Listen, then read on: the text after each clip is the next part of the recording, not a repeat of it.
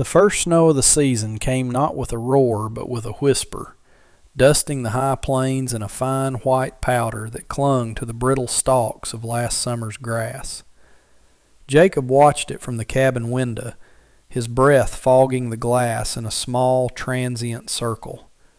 For 10 years, winter had been a season of profound silence, a time when the world outside mirrored the frozen stillness within him. The cold was a familiar ache, a constant companion that settled deep in his bones, much like the memory of his wife. Lynn had loved the first snow. She would press her hands to this same window pane, her dark eyes wide with a wonder he had never quite understood, but had cherished nonetheless. Now the house was just a container for his solitude, each floorboard holding the echo of her lighter footsteps, each gust of wind against the eaves sounding like a sigh he could no longer hear. He had built this life with her, plank by plank, promise by promise, and when the sickness took her, it had taken the architect of his world, leaving him to wander the empty rooms of their creation. The silence was heaviest in the evenings, when the fire crackled in the hearth and cast dancing shadows on the walls. He would eat his stew alone at the long wooden table they had sanded down together, his own shadow a hulking, solitary shape. The chair opposite him remained empty, a void that was more present than any object. He had long ago stopped expecting to see her there, but he had never stopped feeling her absence. It was a phantom limb, a pain for something no longer attached. The days bled into one another, marked only by the rising and setting of a pale winter sun and the needs of the few cattle he kept. The work was hard and honest, grounding him in the physical world when his mind threatened to drift into the fog of memory. He mended fences, chopped wood, and tended his animals with a methodical rhythm that left little room for thought. But in the quiet moments, she returned, her scent on a quilt folded in the chest at the foot of their bed, the faint outline of her teacup on the shelf, the ghost of her laughter and the rustle of dry leaves. Tonight the snow was falling faster, the flakes growing fat and heavy. It was the kind of snow that promised to lock the world away. He turned from the window, the firelight catching the weary lines around his eyes. He was not an old man, but grief had aged him in ways the sun and wind never could. He was about to add another log to the fire when a sound cut through the howl of the rising wind. A sharp, distinct rap on the front door. He froze. No one came out this far. Not in good weather, and certainly not with a storm blowing in. He listened again, thinking it was just a branch, or the wind playing tricks. It came again. Firmer this time, insistent. A sound so alien in his decade of isolation that it felt like a hammer blow against the fragile peace of his solitude. He moved slowly, his hand resting instinctively on the worn handle of the axe leaning by the door, before he dismissed the thought. He drew the heavy bolt, the metal groaning in protest, and pulled the door inward. The wind tore at the opening, flinging a swirl of snow into the room that hissed against the warmth of the fire. And in the swirling white, she stood. For a disorienting second, his heart seized, convinced he was seeing a ghost. She had Lynn's eyes, the same dark almond shape that held a universe of unspoken thoughts, the same fall of black hair now dusted with snow, the same delicate curve of her jaw. But she was younger, her face unlined by the hardships of this land, and she was taller by a hand's breadth. She wore a simple beige prairie dress, the fabric too thin for such a bitter night. A small, worn valise held tightly in her gloved hands. Her gaze met his, and it was steady, carrying a mixture of fear and resolve that was entirely her own. He could only stare, the cold air rushing past him, the word he wanted to say, Lynn's name, caught in his throat like a shard of ice. She shivered, not just from the cold, but from the weight of his stare. Her lips, blue from the chill, parted. "I am An Lee," she said, her voice soft but clear, carrying a faint, melodic accent that was so painfully familiar. "I am the sister of your wife." Jacob felt the ground shift beneath his feet. He had known Lynn had a sister, a much younger one she had spoken of in quiet, homesick moments. A child he had always pictured, but this was no child. This was a woman. An Lee's gaze did not waver. She seemed to understand the storm raging inside him, the confusion and the shock that had rendered him speechless. "Our family, they sent me," she added, the words hanging in the frozen air between them, laden with a meaning so immense it threatened to shatter the stillness of the past 10 years. He finally found his voice, though it came out as a rough rasp. "Sent you?" He stepped back, the movement clumsy, involuntary. He was letting the heat out, letting the storm in, but he couldn't seem to command his body to do the simple act of closing the door. He couldn't close the door on her, on this echo of his past. "Please," she whispered, a plea that was not for his understanding, but simply for shelter. "The cold." The word broke through his stupor. He saw the way she trembled, the exhaustion that clung to her like a second coat. Whatever this was, whatever impossible thing was happening on his doorstep, she was freezing. He stepped aside, holding the door wider. "Come in," he said, the words feeling foreign in his own mouth. He had not invited another soul into this house since the day he had buried its heart. An Lee hesitated for a fraction of a second, then stepped over the threshold, bringing with her the scent of snow and a world he thought he had left behind forever. He shut the door, and the roar of the wind was replaced by a silence that was suddenly, terrifyingly, filled with a new presence. She stood uncertainly in the center of the room, her valise placed carefully on the floor beside her. Her eyes moved over every detail of the cabin, the stone hearth, the worn rug, the single lantern casting a warm, golden glow over the wooden walls. She was not just seeing a room, she was seeing her sister's life. Jacob could feel her gaze tracing the invisible lines of memory that crisscrossed the space. He watched her, a maelstrom of emotions churning within him. He saw Lynn in the way she held her hands clasped before her, a gesture of quiet deference. He saw Lynn in the slight tilt of her head as she took in the room, but the fear in her eyes was her own. The weariness etched into the corners of her mouth was her own. Toward the hearth, then turned away. Toward the hearth, then turned away, needing to put distance between them, needing to do something familiar. He went to the stove, his movements stiff. He ladled a measure of coffee grounds into the percolator, his hands working from muscle memory. The simple, domestic task was an anchor in the sudden tide that threatened to pull him under. An Lee moved toward the fire, her movements graceful and hesitant. She unbuttoned her thin coat and draped it over the back of the empty chair. Lynn's chair. The sight sent a jolt through him. She held her hands out to the flames, the firelight catching the glint of melted snow in her dark hair. The silence stretched, thick and heavy with everything unsaid. The only sounds were the crackle of the logs and the rhythmic bubbling of the coffee on the stove. He didn't know what to say. What could he possibly say? Welcome? Why are you here? Do you know you look so much like her it hurts to breathe? He settled for pouring 2 cups of coffee into 10 mugs, the dark, bitter liquid steaming in the cool air. He carried them over, extending one to her. She turned, her eyes meeting his over the rim of the cup. "Thank you," she murmured. She took the mug, her fingers brushing his. Her skin was cold, but the brief contact was like a spark, a shock of life in a house that had been dormant for a decade. He retreated to his side of the hearth, leaning against the mantelpiece. He watched her sip the coffee, her gaze fixed on the flames. "How did you get here?" he asked, the question abrupt. "The stage brought me to Harmony Creek. A man there. He gave me a ride until the snow grew too deep. I walked the rest of the way."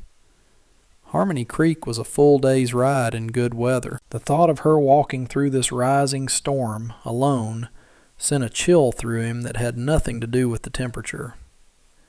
"That was a fool's errand," he said, the words sharper than he intended. Her eyes flickered toward him, a flicker of hurt in their depths before it was shuttered away. "I had to come." "Why?" The word was stark, stripped of all politeness. He needed to know. He needed to understand the reason for this intrusion, for this ghost appearing at his door. An-Lee set her mug down on the hearthstones with a soft click. She reached into a small pocket sewn into the seam of her dress and pulled out a folded piece of paper, the edges worn and soft from handling. It was rice paper, thin and delicate, covered in columns of elegant black characters. She held it out to him. "My father wrote this for you." Jacob stared at the letter as if it were a venomous snake. He didn't want to touch it. He didn't want to read the words that would inevitably explain the impossible situation he found himself in. He knew the script. Lynn had taught him to recognize a few characters, the ones for his name, for love, for home. He could see his name near the top. This was for him. This was a reckoning he had not known was coming. He shook his head slowly. "I can't read it." "I will read it for you," she offered, her voice gentle. It was the same tone Lynn used to use when he was frustrated or tired, a softness that was meant to soothe. But coming from An-Lee, it felt like a trap, a gentle, inexorable closing of a circle he had no wish to complete. With a sigh that seemed to pull up all the weariness of the last 10 years, he finally reached out and took the letter. The paper was fragile in his rough, calloused hand. He didn't want her to read it.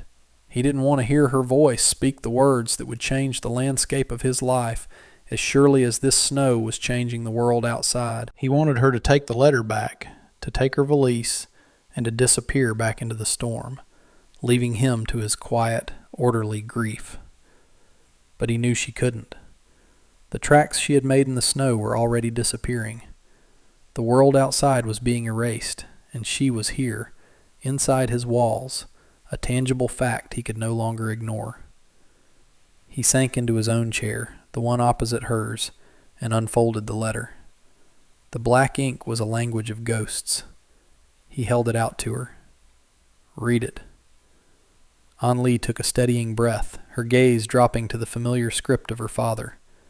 The firelight flickered across her face, illuminating the solemn set of her jaw. She began to translate, her voice quiet and formal, a stark contrast to the storm howling outside the cabin's sturdy walls. "To the respected husband of our departed daughter," she began, each word falling into the room like a stone into a still pond. 10 years have passed in sorrow since the heavens claimed our beloved Lynn. Her memory is a treasure in our hearts, but her absence is a wound that does not heal. We have grieved for her, and we have grieved for you, left alone in a distant land without the comfort of family. Jacob's knuckles were white where he gripped the arms of his chair. He could feel the carefully constructed walls of his solitude beginning to crumble. An-Lee's voice remained steady, a practiced recitation that belied the turmoil he could now see in the tightness around her eyes. "It is not right for a man to be alone. It is not our way. A home must have a heart, and a hearth must have a woman to tend its flame. Our Lynn brought you honor, and you gave her a home. The bond between our families was not meant to be broken by an early winter." She paused, her own breath catching for a moment before she continued. "Our daughter, An-Lee, has come of age. She is of our blood, raised with the same devotion and with the same spirit as her sister was made. We send her to take her sister's place, to be your wife, to bring life back to your home and to quiet the ghosts that surely walk there." The final words fell into a deafening silence. The storm outside seemed to recede, its fury nothing compared to the tempest inside Jacob. He stared at her, his mind reeling. To be your wife. The words were an absurdity, a cruel joke. They thought they could just replace her? Like a broken tool or a lost animal? Did they think his love for Lynn, his grief for her, was something that could be transferred to another simply because she shared the same blood? A cold anger began to smolder beneath his shock. It wasn't directed at An Lee, who sat before him like a sacrificial lamb, but at the faceless family an ocean away who had orchestrated this. Who had sent this young woman across the world to a stranger's house, to a life she couldn't possibly understand? He stood up, the movement so abrupt it made her flinch. He began to pace the narrow space in front of the hearth, his boots thudding against the floorboards. No, he said, the word a low growl. No. He stopped and looked at her, truly looked at the woman and not the ghost. They had no right. An Lee lifted her chin, a spark of defiance in her eyes that was new. It is their right. It is my duty. I gave my word. Your word, he scoffed, the sound bitter. You're a child. What do you know of giving your word to something like this? I am 25, she corrected him, her voice firm. I am not a child, and I know of honor. I know of family. My sister is gone. My parents are old. They worry for you. They worry for the connection between us. This was the way. This is not the way, he countered, his voice rising. Not here. This is my home, my life. It is not a debt to be paid or a contract to be fulfilled. The snow was coming down in thick, blinding sheets now, plastering itself against the window panes and muffling the world in a blanket of white. The wind shrieked around the corners of the cabin, a wild, untamed thing. It felt as though the world was closing in on them, trapping them in this small, firelit room with the impossible weight of her family's command. The storm descended in full fury, a howling white monster that devoured the landscape. The world beyond the cabin windows vanished into a churning vortex of snow. The sound was immense, a constant, deafening roar that vibrated through the log walls. Jacob, pulled from his internal turmoil by the sheer violence of the weather, moved with purpose. The argument was forgotten, replaced by the primal need to survive the onslaught. The shutters, he said, his voice tight. We need to bar the shutters. An Lee was on her feet instantly, her earlier defiance replaced by a quiet readiness. She watched him, her eyes wide but alert, waiting for direction. He moved to the main window, his hands working the familiar iron latch of the heavy wooden shutters. The wind ripped at them as he swung them closed, fighting him with an invisible brute force. He slammed the iron bar into place, and the room was plunged into a deeper dimness, the roar of the storm now slightly muffled. There's another on the north wall, he said, nodding toward the small window near the pantry. She went without a word, her movements sure and steady. He watched for a second as she struggled with the heavy bar, her slight frame straining against the weight. He crossed the room and closed his hands over hers, his larger, calloused grip guiding the bar into its socket. The contact was brief, impersonal, born of necessity, but it sent another jolt through him. Her hands were strong, capable. They were not the delicate, fragile things he had imagined. When the last shutter was barred, the cabin became a fortress, a small pocket of warmth and dim light against the elemental chaos outside. The only light came from the fire and the single lantern, which cast long, dancing shadows that made the small space feel both intimate and menacing. The roar of the wind was a constant presence, a reminder of their isolation. They were utterly alone, cut off from the rest of the world. For how long, he couldn't know. It could be days. The reality of it settled over him. He was trapped here, with her. He turned back to the fire, adding another log, the flames leaping up to lick at the fresh wood. He felt her presence behind him, a quiet weight in the charged air. The anger had subsided, replaced by a weary resignation. Pacing and shouting would change nothing. The storm had made its decision for them. "You must be hungry," he said, not looking at her. It was a statement, not a question. He moved to the pantry, the floorboards groaning under his weight. He took down a slab of salted pork, a few potatoes, and an onion. The familiar ritual of preparing a meal was a comfort, a way to impose order on a world that had spun out of his control. He worked in silence, peeling the potatoes with methodical strokes, the knife sure in his hand. An-Li did not return to her chair. She came to the table, her shadow joining his in the flickering light. "May I help?" she asked. He hesitated. This was his kitchen, his routine.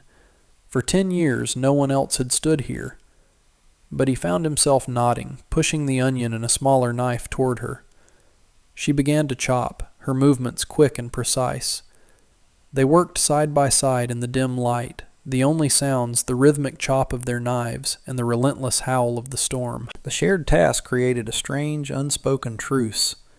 They were no longer adversaries in a battle of wills, but two people preparing to ride out a storm together. They ate in near silence, the stew hot and savory, a welcome warmth against the chill that seemed to seep from the very walls. The wind continued its assault, a constant, mournful cry that underscored their isolation. Jacob found his gaze drifting to her as she ate. She held her spoon with a delicacy that reminded him so fiercely of Lynn, yet her focus was entirely her own. She was here, a solid, breathing presence in the chair that had been empty for a soul-crushing decade. After the meal, she gathered the plates, her movements efficient and quiet, and carried them to the wash basin. He started to protest, to say it was his task, but the words died in his throat. What was the point? She was here. This was happening. He watched as she washed the dishes, the firelight catching the sheen of water on her hands. It was such a simple, domestic act, yet it felt monumental. It was the first time in 10 years that the sounds of his home had included someone other than himself. He sat by the fire, the letter from her father lying on the small table beside him, a silent testament to the new reality of his life. The anger had burned itself out, leaving behind a hollow ache of confusion and a profound sadness. He looked at this woman, this stranger who wore his wife's face, and felt a pang of pity for her. She had been sent across an ocean, a pawn in a game of honor and duty she had been taught to play without question. She finished her task and came to stand near the hearth, drying her hands on a small cloth. She did not sit. She seemed to be waiting. "Lynn," Jacob said, the name finally breaking free, soft and ragged. "She used to hum when she was working. A little tune. I never knew the name of it." An-Li's hands stilled. She looked at him, her dark eyes filled with a sudden, deep sorrow that mirrored his own. "The Song of the Magpie," she said, her voice barely a whisper. "It is about finding your way home after a long journey." The simple explanation was like a key turning a lock in his chest. A flood of memories washed over him. Lynn in the garden, her head bent over the new shoots, that little tune a soft counterpoint to the buzzing of the bees. Lynn at the stove, the same melody on her lips as she stirred a pot. He had never known what it meant, just that it was hers. "She missed them," An-Li said softly, her gaze distant. "Our parents, our village. She loved you. She wrote of you in every letter, of your kindness, of the home you built. But a part of her was always looking east." Jacob felt a fresh wave of guilt. He had known she was homesick, but he had believed his love, this life, would be enough. Perhaps it had been a younger man's arrogance. I should have done more." "You gave her a life," An-Li said, her eyes meeting his again. There was no judgment in them, only a shared understanding of the loss that connected them. "And she gave you one. But now, both are empty." Her honesty was brutal, but true. He looked around the cabin, at the shadows clinging to the corners, at the empty spaces. It was an empty life, a waiting room. He had not been living, he had been existing, tending the flame of a memory. Anli took a small, hesitant step closer to the fire. "I do not want to replace her," she said, her voice trembling slightly for the first time. "I cannot. I know that. In my heart, I am mourning her too. She was my sister. She taught me to read. She told me stories of the stars. When she left, it was like the sun fell from my sky." Her confession cracked the stoic facade she had maintained. Tears welled in her eyes, shimmering in the firelight before tracing silent paths down her cheeks. "But I also have a duty, and I am afraid." The sight of her tears undid him. It was one thing to fight against an idea, against a duty he didn't accept. It was another to be faced with the raw, quiet vulnerability of the woman standing before him. His anger, his resistance, it all felt like a cruelty in the face of her own grief and fear. He saw not a replacement for his wife, but a young woman adrift, sent to an unknown shore with only a compass of obligation to guide her. The storm outside raged on, a physical manifestation of the turmoil that had finally breached their defenses. He pushed himself out of his chair and took a step toward her. He didn't know what he intended to do, only that he couldn't let her stand there and weep alone. He stopped a foot away from her, the space between them charged with a decade of loss and a future he couldn't comprehend. "There's nothing to be afraid of," he said, his voice softer than he had heard it in years. The words felt inadequate, a lie even, but they were all he had. She looked up at him, her tear-filled eyes searching his face. "My father said you were a good man," she whispered. "Lynn said it too. But I am a stranger here. I am not her." "I know," he said quietly. And for the first time, he fully believed it. The resemblance was a cruel trick of nature, but the person beneath it was different. The sorrow in her eyes was her own. The strength in her jaw was her own.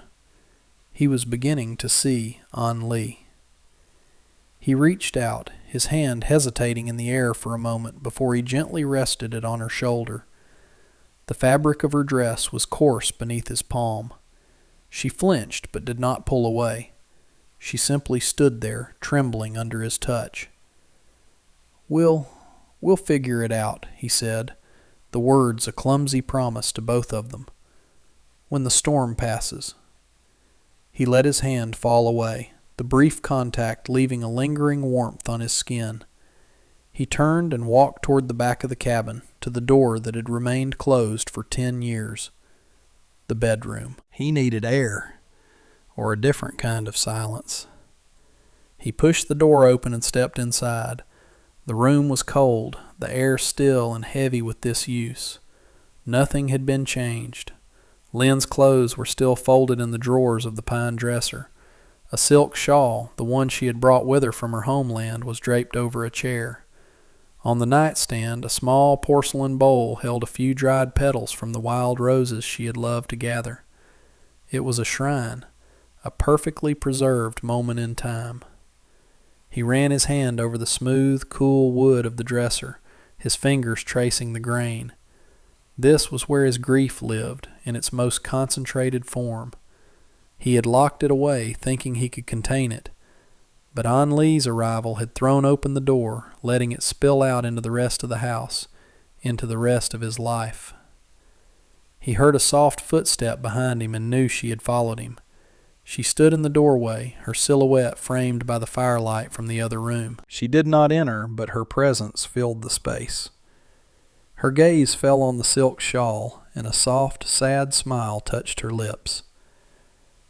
"I remember when the weaver made that for her," she said, her voice a reverent hush. "She was so proud of it. The color of the sky before a summer rain," she said. Jacob picked up the shawl. The silk was cool and impossibly smooth in his rough hands. He could almost smell Lynn's scent on it, a faint trace of jasmine and rose. He turned to face An-Li, the shawl held between them like a fragile bridge. "I couldn't save her," he said, the confession torn from a place deep inside him he had kept locked away. The sickness, it came on so fast. The doctor from the creek was 2 days out. By the time he got here, he didn't need to finish. The memory was seared into his mind, the fever, the weakness, the light slowly dimming in her eyes. I sat with her. I held her hand, but I couldn't stop it. A man who can build a house, who can tame the wilderness, and I couldn't stop a fever from taking my wife. The guilt was a poison he had been swallowing for 10 years. It was his failure. He was her protector, and he had failed. An Lee took a step into the room. She reached out and gently took one end of the shawl. "It was not your fault," she said, her voice firm, cutting through his haze of self-recrimination. "Sickness is not a wild animal you can fight with your hands. It is the wind. It is fate. My mother, she lost 2 sons to the fever before I was born. It is a sorrow that visits many doors. It does not mean the man of the house was weak."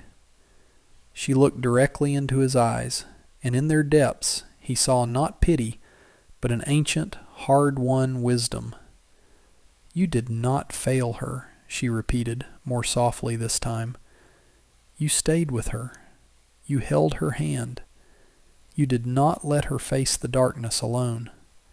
That is not failure." Of grieving, of blaming himself, he had never once thought of it that way. He had focused only on the outcome, on the loss, not on the final act of devotion. He had seen his presence at her bedside as a mark of his helplessness, but An Lee was showing him it was a testament to his love. The tension that he had carried in his shoulders for a decade began to ease, a knot slowly, painfully unspooling. He looked down at the shawl, then back at her. He saw the sister, the mourner, the messenger.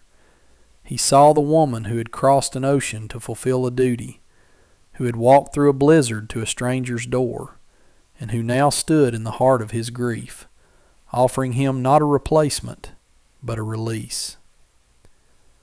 The storm broke some time before dawn. The relentless howling of the wind quieted to a low moan, then fell silent altogether. The sudden absence of sound was as jarring as its presence had been. Jacob had not slept. He had returned to his chair by the fire, while An Lee had taken a blanket and curled up on the rug near the hearth, a respectable distance between them. But sleep had not come for him. He had watched the fire burn down to embers, his mind replaying her words.